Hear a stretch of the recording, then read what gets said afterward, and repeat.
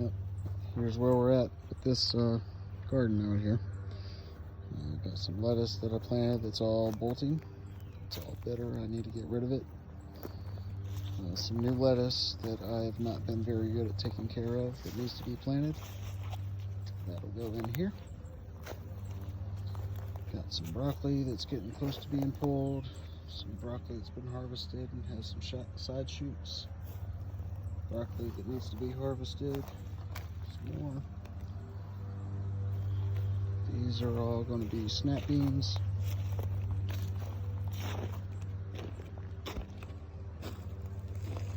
More lettuce that I need to pull.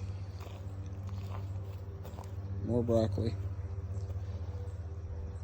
More broccoli. A couple cabbages.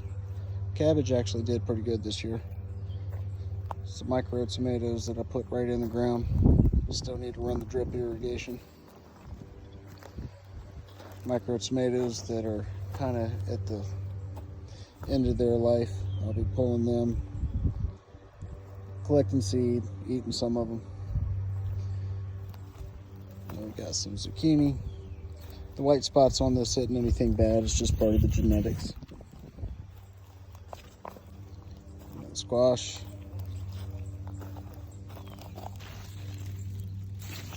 Plenty growing.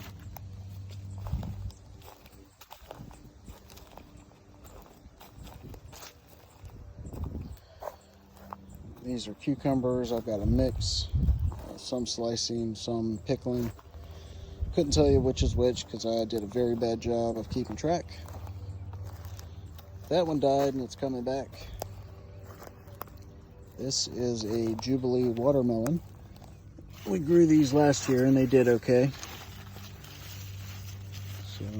So it's vining out. We'll start seeing some fruit on it here in the next month or so. A whole tray of cucumbers that I need to get planted. Give some to some friends.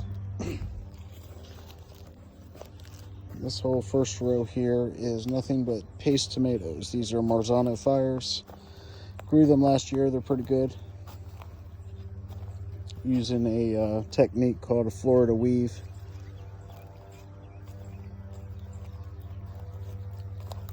Got some fruits growing here.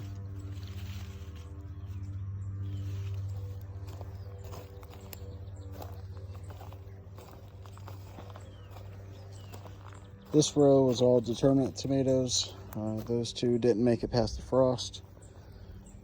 These three here are Mountain Gems. They're hybrids with supposedly incredible disease resistance from Randy Gardner at North Carolina State University. These here are a mix of different determinants. Two dwarf tomatoes. These are Tennessee Suiteds. I grew these last year. If you were checking out the page back then, they were the green and red striped ones. These are Maglia Rosas, which are determinants, and they're great cherry tomatoes. They're really good roasted on the grill. And over here we've got, I know these three, some of these I don't know what they are, I've got them written down. This one, that one, and that one are tomatoes, but they're a different species of tomato. These evolved separately on the Galapagos Islands. So they produce little cherry tomatoes like this. They turn yellow. And I've had a couple of them and they're okay. I'm really looking to try to breed them with other tomatoes. This is a Matt's Wild Cherry. If you are a gardener and have ever looked in the seed catalog, you've probably seen this one. It grows like mad. Produces little red cherry tomatoes that are decent tasting. This one and this one's a pink bumblebee. They'll produce fruit spelt like that. I grew these last year. They're like a pink and yellow striped. And these two back here are called Reverend Michael Keys. And if you notice, they're a multiflora type tomato. And they actually set fruit pretty good. So we'll see how they do at the end of the season. The rest of this row is all dwarf tomatoes. I've got 3 different varieties. Well, at least 2 different varieties. This is Dwarf Fancy, I believe.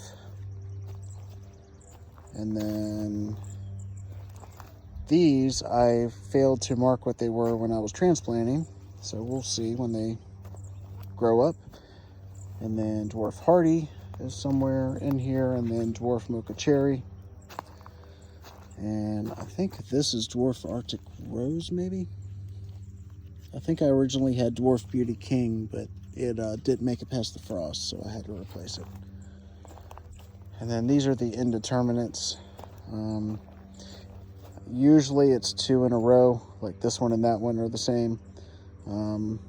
But it changes. Like I know these 2 are mortgage lifters. I don't remember what that one is, or this one. But they kind of go in a pattern. Like these 2 I think are Black Beauties, or maybe it's those 2, and Polaris, and on and on. I've got some sweeties in here for cherries. That's these 2. And then I think these were seeds I saved from Burpee's 4th of July. So this one came out, so they were hybrids, so they're starting to segregate in the next generation. This is a potato leaf.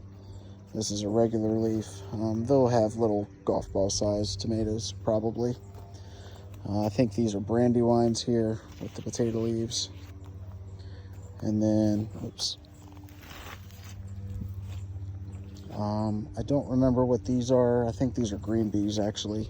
These are hybrids. They don't look like a whole lot at the moment, but I probably cut a pound of vegetation off each one. They're pretty prolific. And then some others, I don't remember what they are. I know these 3 are delicious, so they should have big fruits on them. We've got one growing here.